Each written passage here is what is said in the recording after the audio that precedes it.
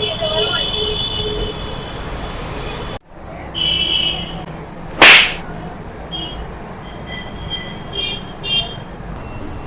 தம்பி சோகமா இருக்கிறீங்க?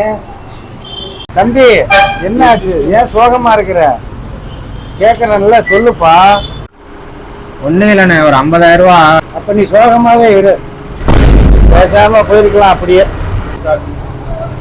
காசும் தர மாட்டானுங்க, சோகமா இருக்க மாட்டானுங்க.